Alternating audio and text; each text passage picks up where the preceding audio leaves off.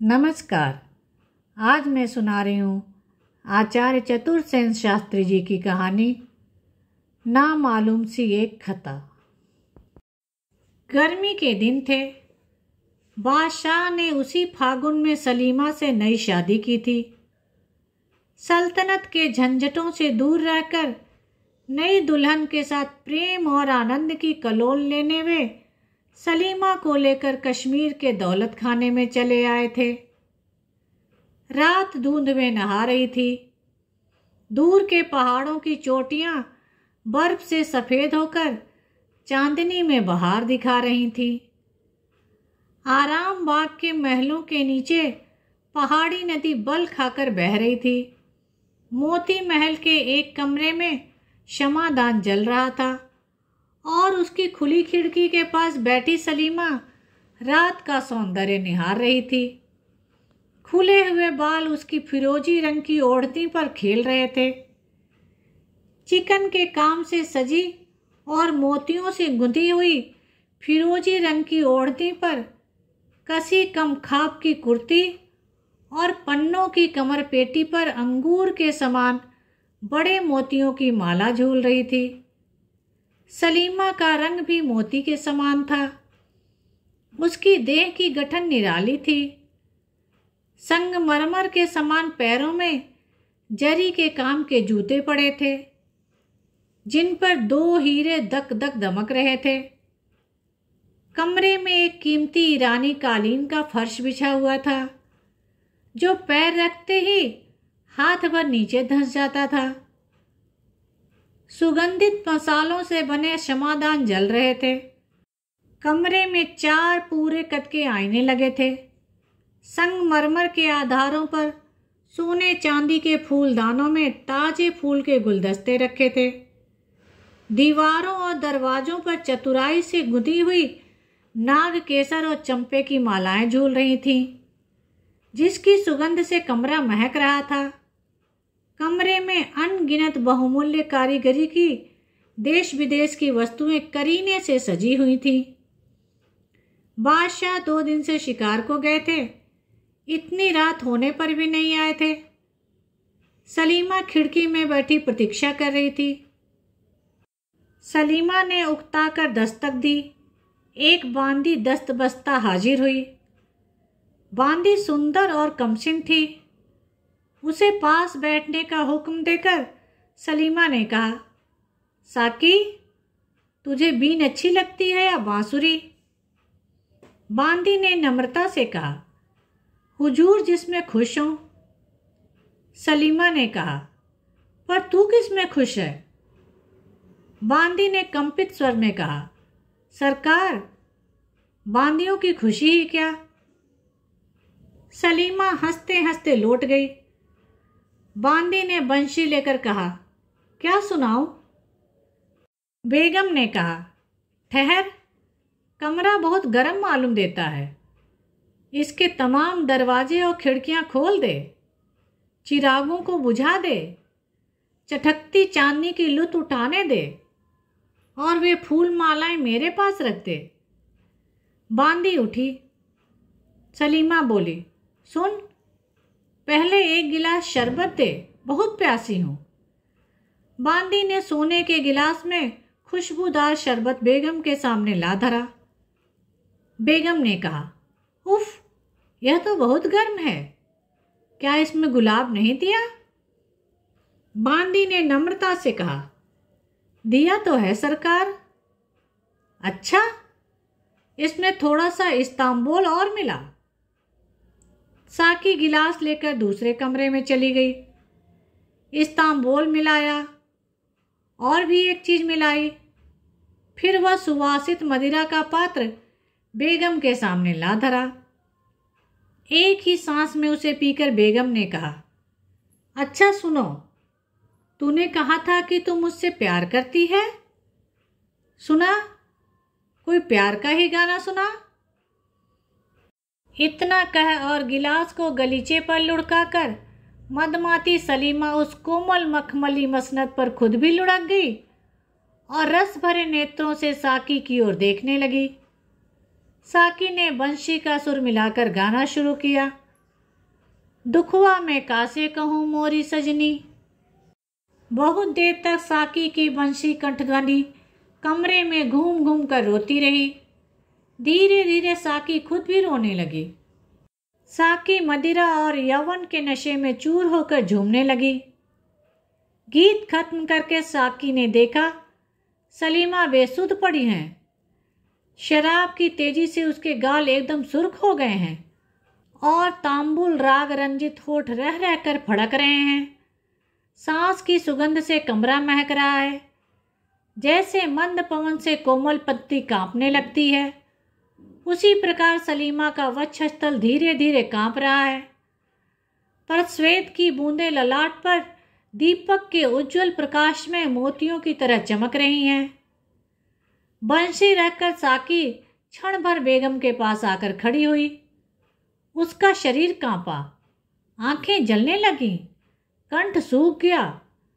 वह घुटने के बल बैठकर बहुत धीरे धीरे अपने आंचल से बेगम के मुख का पसीना पोंछने लगी।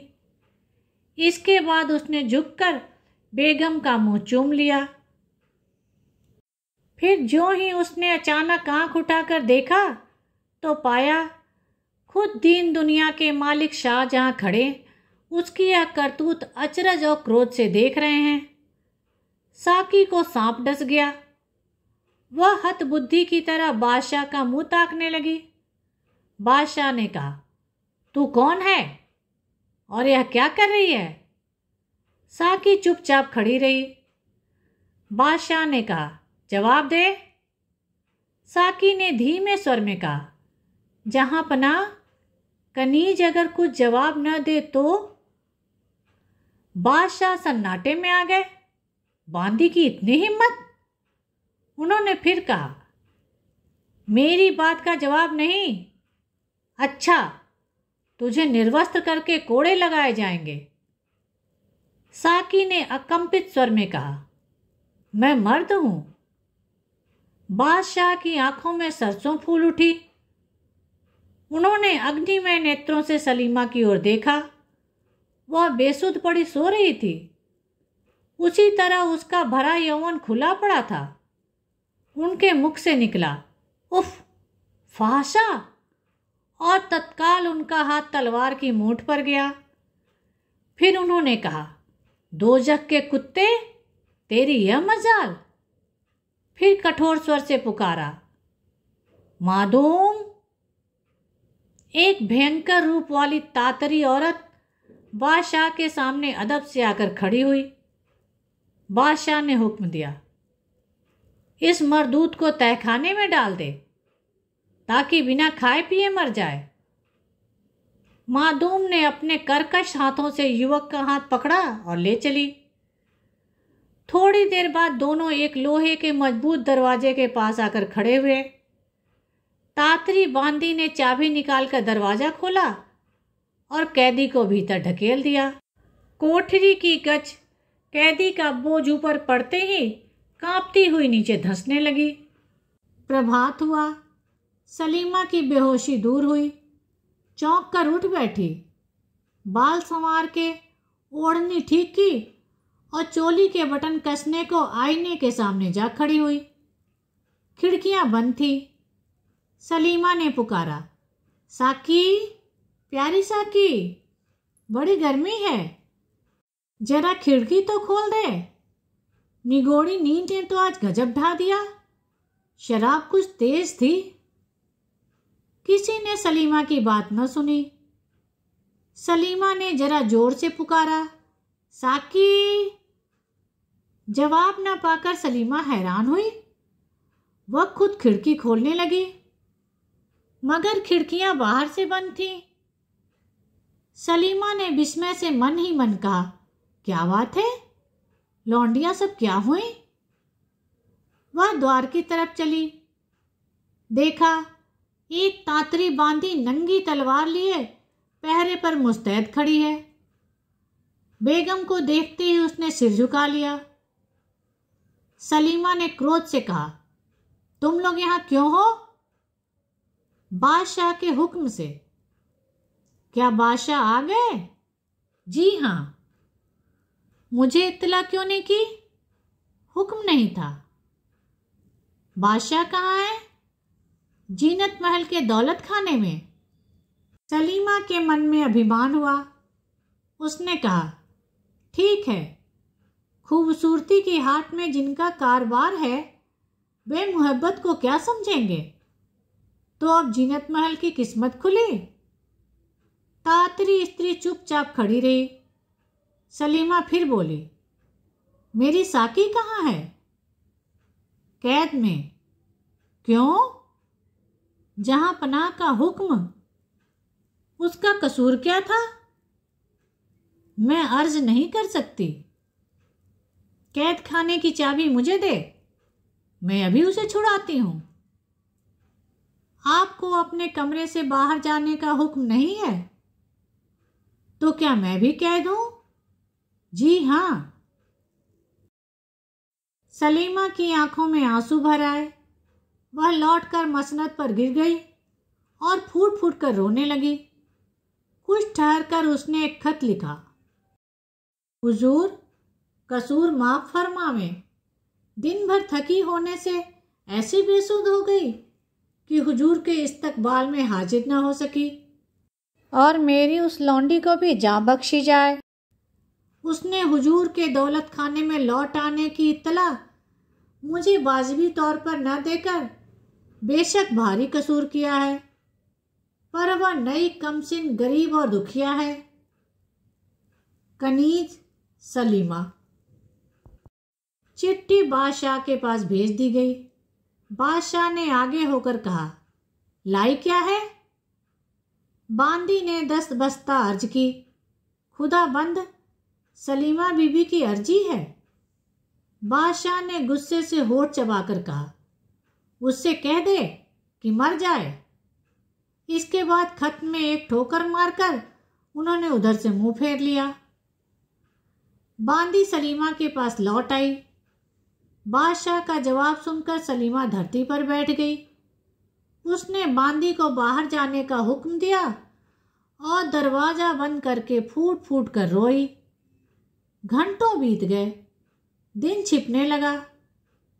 सलीमा ने कहा, हाय, बादशाहों की बेगम होना भी क्या बदनसीबी है। इंतजारी करते करते आंखें फूट जाए, मिन्नतें करते करते जबान घिस जाए, अदब करते करते जिस्म टुकड़े टुकड़े हो जाए, फिर भी इतनी सी बात पर मैं जरा सो गई, उनके आने पर जग न सकी। इतनी सजा, इतनी बेइज्जती, तब मैं बेगम क्या हुई? जीनत और बांदियां सुनेंगी तो क्या कहेंगी? इस बेइज्जती के बाद मुंह दिखाने लायक कहाँ रही?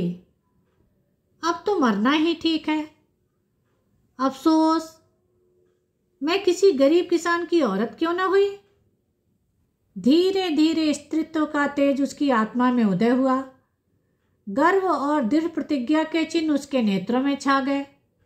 वह सांपिन की तरह चपेट खाकर उठ खड़ी हुई। उसने एक और खत लिखा। दुनिया के मालिक, आपकी बीवी और कनीज होने की वजह से मैं आपके हुक्म को मानकर मरती हूँ। इतनी बेइज्जती पाकर एक मलिका का मरना ही मुनासिब है, मगर इतने बड़े बादशाह को औरतों को इस कदर नाचीज तो न समझना चाहिए कि एक अदनी सी बेवकूफ़ी की इतनी कड़ी सजा दी जाए। मेरा कसूर सिर्फ इतना ही था कि मैं बेखबर सो रही थी। खैर, सिर्फ एक बार हुजूर को देखने की ख्वाहिश लेकर मरती हूँ। मैं उस पाक परवरदिगार के पास जाकर अर्ज करूँगी कि वह मेरे शौहर को सलामत रखे। सलीमा। खत को इत्र से सुवासित करके ताजे फूलों के एक गुलदस्ते में इस तरह रख दिया गया जिससे किसी की उस पर फौरन ही नज़र पड़ जाए। इसके बाद उसने जवाहरात की पेटी से एक बहुमूल्य अंगूठी निकाली और कुछ देर तक आंखें गड़ा गड़ा कर उसे देखती रही, फिर उसे चाट गई। बादशाह शाम की हवाखोरी को नजरबाग में टहल रहे थे। 2-3 खोजे घबराए हुए आए और चिट्ठी पेश करके अर्ज की, हुजूर, गजब हो गया, सलीमा बीबी ने जहर खा लिया और मर रही हैं। क्षण भर में बादशाह ने खत पढ़ लिया। झपटे हुए सलीमा के महल में पहुंचे। प्यारी दुल्हन सलीमा जमीन पर पड़ी हैं, आंखें ललाट पर चढ़ गई हैं, रंग कोयले के समान हो गया है। बादशाह से न रहा गया। उन्होंने घबरा कर कहा, हकीम, हकीम को बुलाओ। कई आदमी दौड़े। बादशाह का शब्द सुनकर सलीमा ने उसकी तरफ देखा और धीमे स्वर में कहा, जय ही किस्मत। बादशाह ने नजदीक बैठकर कहा, सलीमा, बादशाह की बेगम होकर क्या तुम्हें यही लाजिम था? सलीमा ने कष्ट से कहा, हुजूर, मेरा कसूर बहुत मामूली था। बादशाह ने कड़े स्वर में कहा, बदनसीब, शाही जनान खाने में मर्द को वेश बदल कर रखना मामूली कसूर समझती हैं? कानों पर यकीन कभी न करता, मगर आंखों देखी को भी झूठ मान लूं? तड़प कर सलीमा ने कहा, क्या? बादशाह डर कर पीछे हट गए। उन्होंने कहा, सच कहो, इस वक्त तुम खुदा की राह पर हो। वह जवान कौन था? सलीमा ने अचकचाकर पूछा, कौन जवान? बादशाह ने गुस्से से कहा, जिसे तुमने साकी बनाकर पास रखा था। सलीमा ने घबरा कर कहा, हैं? क्या वह मर्द है? बादशाह, तो क्या तुम सचमुच यह बात नहीं जानती? सलीमा के मुंह से निकला, या खुदा। फिर उसके नेत्रों से आंसू बहने लगे। वह सब मामला समझ गई। कुछ देर बाद बोली, खाविंद, तब तो कोई शिकायत ही नहीं। इस कसूर की तो यही सजा मुनासिब थी। मेरी बदगुमानी माफ फरमाई जाए। मैं अल्लाह के नाम पर पढ़ी कहती हूँ, मुझे इस बात का कुछ भी पता नहीं है। बादशाह का गला भर आया। उन्होंने कहा, तो प्यारी सलीमा, तुम बेकसूर ही चली? बादशाह रोने लगे। सलीमा ने उनका हाथ पकड़कर अपनी छाती पर रखकर कहा, मालिक मेरे, जिसकी उम्मीद न थी, मरते वक्त वह मिल जाता है। कहा सुना माफ हो, एक अर्ज लौंडी की मंजूर हो। बादशाह ने कहा, जल्दी कहो सलीमा। सलीमा ने साहस से कहा, उस जवान को माफ कर देना। इसके बाद सलीमा की आंखों से आंसू बह चले। वह थोड़ी ही देर में ठंडी हो गई। बादशाह ने घुटनों के बल बैठकर उसका ललाट चूमा और फिर बालक की तरह रोने लगे। गजब के अंधेरे और सर्दी में युवक भूखा प्यासा पड़ा था। एकाएक घोर चित्कार करके किवाड़ खुले। प्रकाश के साथ ही एक गंभीर शब्द तहखाने में भर गया, बदनसीब नौजवान, क्या होश हवास में है? युवक ने तीव्र स्वर में पूछा, कौन? जवाब मिला, बादशाह। युवक ने कुछ भी अदब किए बिना कहा, यह जगह बादशाहों के लायक नहीं है। क्यों तशरीफ लाए हैं? तुम्हारी कैफियत नहीं सुनी थी, उसे सुनने आया हूं। कुछ देर चुप रहकर युवक ने कहा, सिर्फ सलीमा को झूठी बदनामी से बचाने के लिए कैफियत देता हूं। सुनिए, सलीमा जब बच्ची थी, मैं उसके बाप का नौकर था। तभी से मैं उसे प्यार करता था। सलीमा भी प्यार करती थी, पर वह बचपन का प्यार था। उम्र होने पर सलीमा पर्दे में रहने लगी और फिर वह शहंशाह की बेगम हुई, मगर मैं उसे भूल न सका। 5 साल तक पागल की तरह भटकता रहा। अंत में वेश बदलकर बांदी की नौकरी कर ली। सिर्फ उसे देखते रहने और खिदमत करके दिन गुजारने का इरादा था। उस दिन उज्जवल चांदनी, सुगंधित पुष्प राशि, शराब की उत्तेजना और एकांत ने मुझे बेबस कर दिया। उसके बाद मैंने आंचल से उसके मुख का पसीना पोंछा और मुंह चूम लिया। मैं इतना ही खतावार हूं। सलीमा इसकी बाबत कुछ नहीं जानती। बादशाह कुछ देर तक चुपचाप खड़े रहे। इसके बाद वे बिना दरवाजा बंद किए ही धीरे धीरे चले गए। सलीमा की मृत्यु को 10 दिन बीत गए। बादशाह सलीमा के कमरे में ही दिन रात रहते हैं। सामने नदी के उस पार पेड़ों के झुरमुट में सलीमा की सफ़ेद कब्र बनी है। जिस खिड़की के पार सलीमा बैठी उस दिन रात को बादशाह की प्रतीक्षा कर रही थी, उसी खिड़की में उसी चौकी पर बैठे हुए बादशाह उसी तरह सलीमा की कब्र दिन रात देखा करते हैं। किसी को पास आने का हुक्म नहीं।